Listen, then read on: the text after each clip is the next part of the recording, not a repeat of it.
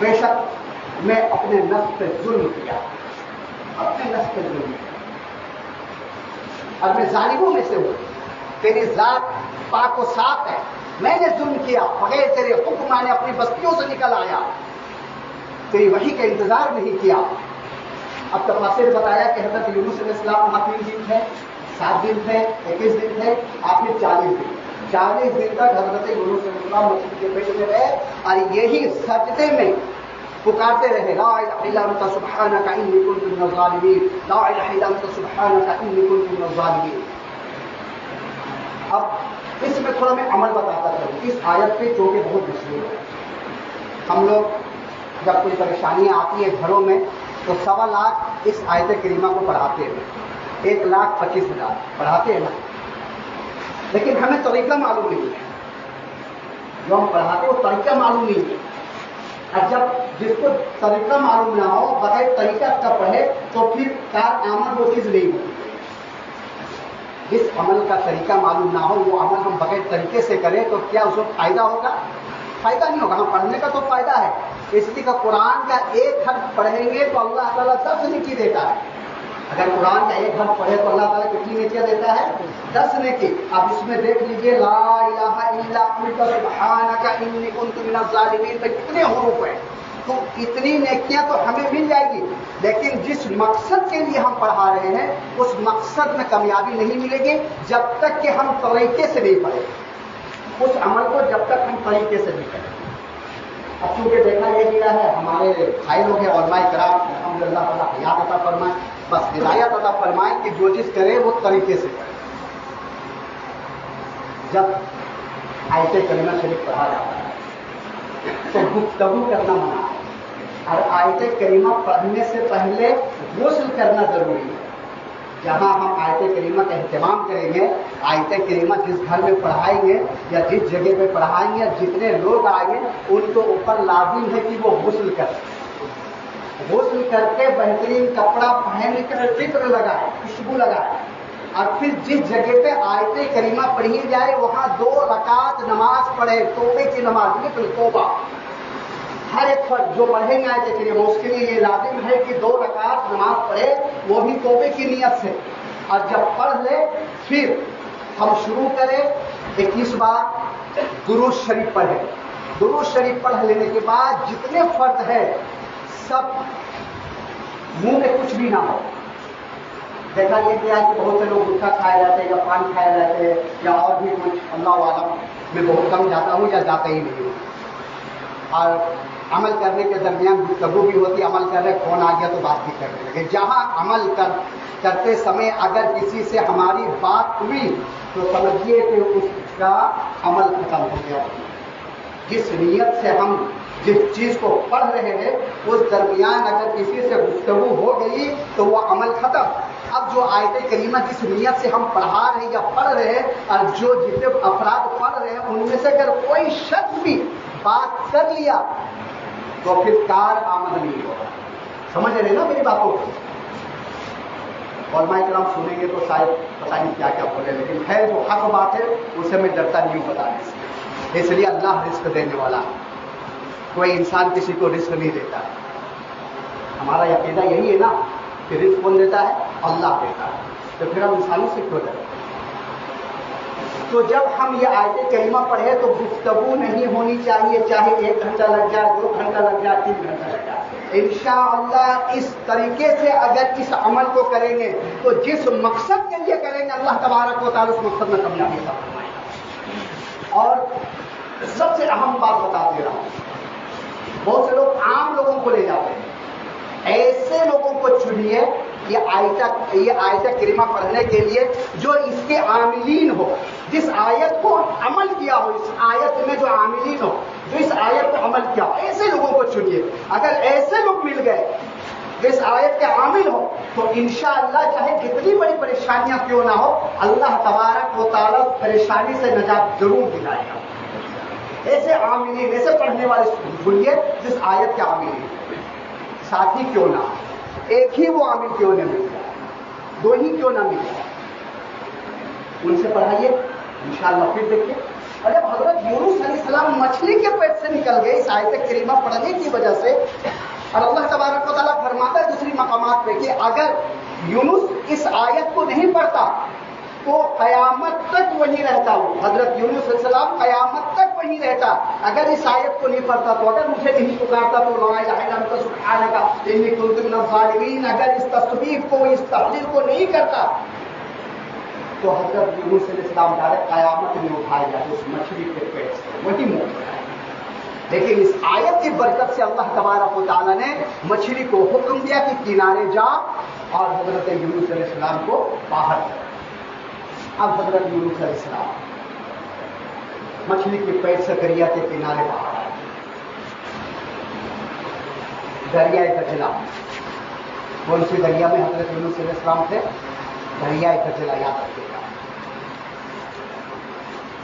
جب مچھلی کے پیٹ سے باہر آئے تو 9 ملک بچے کو دیکھیں تو پیدا ہوتے رہے. اسکن کتنے نارمل ہوتے ہیں، کیا کہتے ہیں تو بالکل نازک. اگر تھوڑا سا سوئی بھی اندر داخل کر دیا جائے تو خون نکل جائے گا. اس سے بھی نازک حال ہو چکے تھے حضرت یونس علیہ السلام، بالکل لاگر آ کے بالکل مچھلی جیسی باہر نکالی، بس پپا سلاٹ سو. اب جس مچھلی کے پیٹ کے اندر تھے اس میں اس ویل کی مچھلی کے اندر تھوڑی سی ہوائیں بھی پائی جاتی ہیں جو سانس لے رہے، اور اس میں درجہ حرارت 104 ڈگری ہوتی ہے. تو جس کو بخار آتا ہے 104 ڈگری تک وہ برداشت کر لیتا ہے، کر لیتا ہے 104 ڈگری تک. تو جس مچھلی کے پیٹ میں حضرت یونس علیہ السلام تھے 104 ڈگری کی حرارت میں تھے، اور سانس بہت دھیرے دھیرے لے رہے تھے. یہ کہ آکسیجن بہت کم مقدار اس مچھلی کے پیٹ میں آیا. اور اس ویل مچھلی کے بارے میں آیا ہے کہ اس کے 4 پیٹ ہوتے ہیں. ایک ایسے پیٹ ہے جس میں کانٹا نہیں ہے، 3 پیٹ میں کانٹا، ایک میں کانٹا نہیں ہے. اور حضرت یونس علیہ السلام جس پیٹ میں تھے اس میں کانٹا نہیں تھا. اب 32 قسم ہے ویل کے، اس میں ایک قسم یہ مچھلی پائی جاتی ہے جو 60 گج کی ہوتی ہے اور بہت لمبی چوڑی، بہت صحیح ہوتی ہے، جس کے 3 پیٹ ہوتے ہیں. 4 پیٹ ہوتے ہیں، 3 پیٹ میں کانٹا ہوتا ہے، ایک پیٹ میں کانٹا. اس میں حضرت یونس علیہ السلام تھے. جب باہر نکلے تو نازک بالکل 9 مہینے بچے کی طرح، اس سے بھی زیادہ کھال نرم نہ. اب اللہ کی قدرت ہے کہ اللہ تبارک و تعالیٰ فرماتا قرآن پاک میں نے وہاں بیل اگایا، یقین کس کی؟ کدو کی. یقین کدو کی. تو تھوڑا سا میں کدو کی تفصیل بیان کرتا ہوں. کدو جانتے ہیں نا، سب جانتے ہیں، ممکن جس کو یقین کہتے ہیں. یقین حضرت انس رضی اللہ تعالیٰ عنہ فرماتے ہیں، بخاری اور مسلم کے حدیث سے، کہ میں حضور اکرم صلی اللہ تعالیٰ علیہ وسلم کے ساتھ ایک دعوت میں گیا، اور وہ صحابی رسول جو حضور کو دعوت کیے تھے وہ خیاط ہے. خیاط میں درزی، کپڑا سلا کرتے تھے. جب حضور اکرم صلی اللہ علیہ وسلم ان کے گھر پہ پہنچے تو سالن میں گوشت اور کدو ساتھ میں. تو میں نے آقا علیہ السلام کو کیا دیکھنا کہ گوشت کم کھا رہے ہیں اور کدو شریف زیادہ کھا رہے ہیں، چن رہے ہیں.